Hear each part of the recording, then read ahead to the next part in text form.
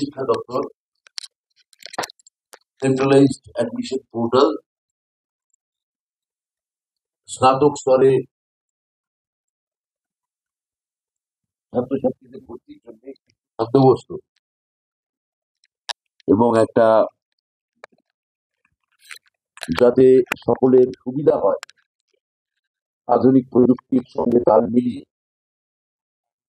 এটা আমার মুখ্যমন্ত্রী মাননীয় মমতা বন্দ্যোপাধ্যায় তিনি এটা চেয়েছিলেন এবং গতবার থেকে আমরা এই উচ্চশিক্ষা দপ্তর এটা শুরু করেছিল। 2024-25 সালে পশ্চিমবঙ্গে এটা ভারতবর্ষের প্রথম রাজ্য হিসেবে এই পোর্টালটি আত্মপ্রকাশ করে। আজকে এটি এর দ্বিতীয় বাৎসরিক পূর্তি এবং এই উপলক্ষে আজকে আমি এই দপ্তরের ভারপ্রাপ্ত এবং আমার প্রধান সচিব শ্রী বিনোদ কুমার মহাশয় তিনি এখানে আছেন। উচ্চশিক্ষা দপ্তরের প্রায় সমস্ত আধিকারিকরা এখানে উপস্থিত হয়েছেন এবং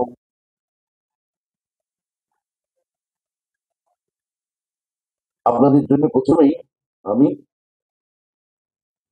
কথা না বাড়িয়ে এর উন্মোচনটা আমি ঘটাচ্ছি। সেন্ট্রালাইজ অ্যাডমিশন পোর্টাল ফর 2025-26 এটার যে আত্মপ্রকাশ সেটা উন্মোচন সেটা এখন আমরা করব। আমি গণমাধ্যমের যারা এই বিকাশ ভবনের 7 তলায় আছেন তাদের অনুরোধ করব এটি আজকে ভালো করে যাতে সর্বস্তরে প্রকাশ করেন, প্রচার করেন। আপনাদের সকলকে আমি স্বাগত জানাচ্ছি। আমাদের দপ্তর আধিকারিকরাও যারা আজকে দেখছেন বা শুনছেন সবার পক্ষ থেকে আমি আপনাদের স্বাগত জানাচ্ছি। তাহলে উন্মোচনের মোড়ক দেখা যাক।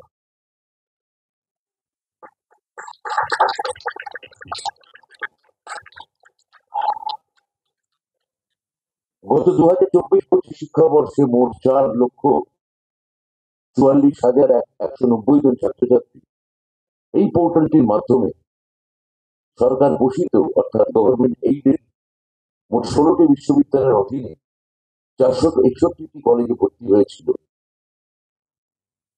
এই ভর্তি প্রক্রিয়া নিয়ে কোথাও কোন রকম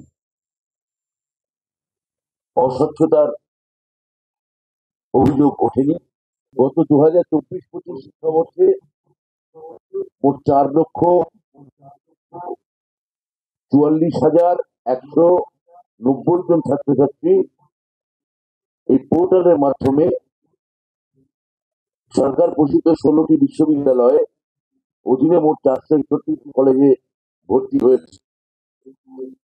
এই ভর্তির প্রক্রিয়া নিয়ে কোথাও কোন রকম অস্বচ্ছতার অভিযোগ ওঠেনি এবং সমস্ত প্রক্রিয়াটি নির্বিঘ্নে সমাপ্ত হয়েছিল। 44,744 জন ছাত্রছাত্রীকে আমরা গতবারই মোট 10,46,64,071 টাকা অনলাইনের মাধ্যমে তাদের অ্যাকাউন্টে ফেরত দিতে পেরেছিলাম। নেক্সট, গতবার এই পোর্টালকে 3টে শব্দে আমরা ব্যাখ্যায়িত করেছিলাম: স্বচ্ছ, সহজ এবং সাবলীল। এই বছর উচ্চশিক্ষা বিভাগ 17টি সরকার ঘোষিত অনুমোদনকারী বিশ্ববিদ্যালয়ের অধীনে মোট 460খানা সরকারি এবং সরকার ঘোষিত কলেজে কেন্দ্রীয় অনলাইন পোর্টালের মাধ্যমে ভর্তির ব্যবস্থা করতে চলেছে। আগামীকাল অর্থাৎ 18ই জুন সকাল 10টা থেকে এই পোর্টালের মাধ্যমে আবেদন করা যাবে। এই আবেদন সম্পূর্ণ বিনামূল্যে করা যাবে। প্রথমে শিক্ষার্থীকে কিছু তথ্য দিয়ে একবার রেজিস্ট্রেশন করতে হবে।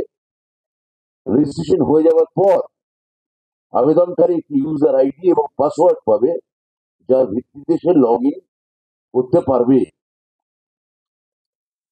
একজন শিক্ষার্থী সর্বোচ্চ 25টি ভর্তি হওয়ার আবেদন করতে পারবে তার পছন্দের কলেজের ক্রমানুযায়ী। আবেদন করার শেষ সময়সীমা পর্যন্ত সে তার পছন্দের কলেজের তালিকা এবং বিষয় বদলাতে পারে।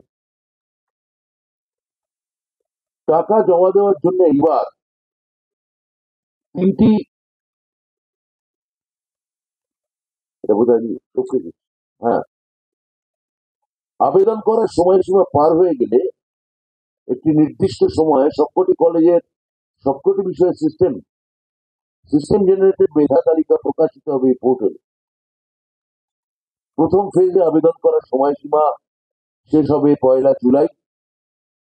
ছাত্রছাত্রীরা তাদের মেধা এবং পছন্দের ভিত্তিতে সর্বোচ্চ যে বিষয়টি পাবে তাতে অনলাইন এই পোর্টালের মাধ্যমে সে টাকা জমা দিয়ে প্রভিশনাল অ্যাডমিশন ওই ছাত্র বা ছাত্রী নিতে পারবেন।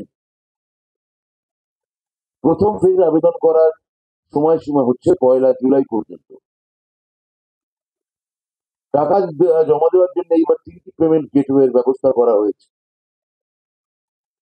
এই গেটওয়ের মাধ্যমে টাকা দেওয়ার সময় যে চার্জ লাগবে সেটিও ছাত্রছাত্রীদের বহন করতে হবে না, রাজ্য সরকার এই ব্যয়ভার বহন করবে। একবার মাত্র আবেদনের ভিত্তিতেই ছাত্রছাত্রীরা তাদের পছন্দের একাধিক কলেজে আবেদন করতে পারে। সম্পূর্ণ স্বচ্ছতার সঙ্গে কম্পিউটারকৃত মেধা তালিকার সুবিধা নিয়ে তাদের মেধার ভিত্তিতে প্রাপ্ত সর্বোচ্চ পছন্দের কলেজে তাদের পছন্দের বিষয় নিয়ে ছাত্রছাত্রীরা পড়তে পারবেন। প্রভিশনাল অ্যাডমিশন নেওয়ার জন্য কোনো শিক্ষার্থীকে সশরীরে কলেজে যেতে হবে না। প্রথম দফায় সবার ভর্তি প্রক্রিয়া সম্পূর্ণ হয়ে যাওয়ার পর কলেজগুলিতে বিভিন্ন বিষয়ে ফাঁকা আসন সংখ্যার ভিত্তিতে পুনরায় আবার একটি মেধা তালিকা প্রকাশিত হবে। এই মেধা তালিকায় ছাত্রছাত্রীরা তাদের পছন্দের আসন যা আগের মেধা তালিকার ভিত্তিতে তারা পাননি সেগুলো ফাঁকা থাকলে সেগুলোতে তারা এবার মেধার ভিত্তিতে আবার সুযোগ বা আপগ্রেডেশনের সুযোগ পাবেন।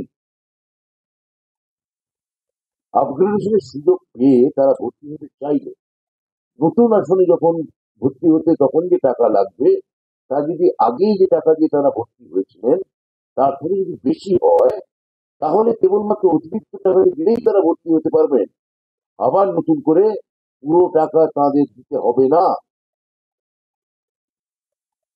যদি ফিস কম হয় তবে অতিরিক্ত যে টাকাটি ছাত্র বা ছাত্রীকে দিয়েছিলেন তা ভর্তির প্রক্রিয়া সম্পূর্ণ শেষ হয়ে যাওয়ার পর স্বয়ংক্রিয়ভাবে ওই ছাত্রছাত্রীর অ্যাকাউন্টে চলে যাবে।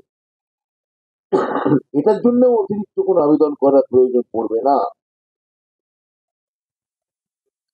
প্রতিটি প্রক্রিয়া ছাত্রছাত্রীদের SMS এবং মেলের মাধ্যমে তারা জানতে পারবেন এবং প্রতিটি প্রক্রিয়াতেই প্রতিটি স্তরেই তারা সেটা জানতে পারবেন। এই প্রক্রিয়ার বিশেষত্ব হলো এই যে একজন আবেদনকারী একটি মাত্র আসন পূর্ণ করতে পারবেন। নিজেদের ভর্তির বিষয়ে সমস্ত তথ্য ছাত্রছাত্রীরা রিয়েল টাইম তাদের ড্যাশবোর্ডে দেখতে পারবেন।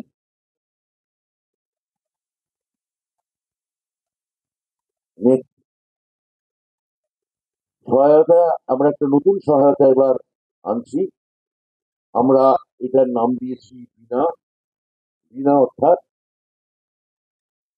বীণা রঞ্জিত, মানে সরস্বতীর যে প্রধান বাদ্যযন্ত্র পৌরাণিক দেবী, তাকে বলা হয় গোটা ভারতবর্ষে তিনি বিদ্যার দেবী হিসেবে খ্যাত ভারতী। তো তার যে প্রধান বাদ্যযন্ত্র বীণা, সেইটি হচ্ছে পোর্টালে শিক্ষার্থীদের সহায়তা করতে এবার হাজির থাকবে যে চ্যাটবট, তার নাম হচ্ছে বীণা। আর্টিফিশিয়াল ইন্টেলিজেন্স বা কৃত্রিম বুদ্ধিমত্তা চালিত চ্যাটবট শিক্ষার্থীদের প্রাথমিক কিছু জিজ্ঞাসার উত্তর সঙ্গে সঙ্গে কথোপকথন বা চ্যাটের মাধ্যমে এই বীণা উত্তর দেবে আপনাদের। এছাড়াও গতবার যেমন ছিল ছাত্রছাত্রীদের সহায়তার জন্য 30টি টেলিলাইন বিশিষ্ট হেল্পলাইন চালু করা হচ্ছে কাল থেকে। নম্বরটা আমি পড়ার জন্য করছি: 1800 102 8014।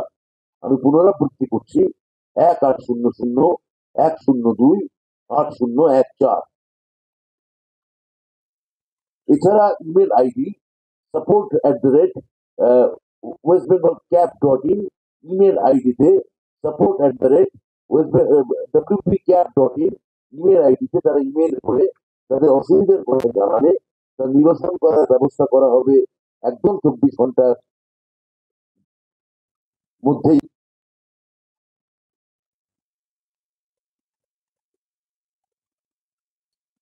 এছাড়া উচ্চশিক্ষা বিভাগের যে ইউটিউব চ্যানেল, তার অডিও ভিজুয়াল টিউটোরিয়াল এবং ফ্লায়ার আপলোড করা হয়েছে। অডিও ভিজুয়াল এডি এবং ফ্লায়ার লিঙ্ক আমাদের উচ্চশিক্ষা সংসদের ওয়েবসাইটে এবং বাংলার উচ্চশিক্ষা পোর্টালে দেওয়া হয়েছে এবং বিদ্যালয় শিক্ষা বিভাগের মাধ্যমে স্কুলগুলিতে এবং উচ্চশিক্ষা প্রতিষ্ঠানগুলিতে বিভিন্ন ব্যানারে পাঠানো হচ্ছে। কারা কারা এই ভর্তি প্রক্রিয়ার বাইরে থাকছে?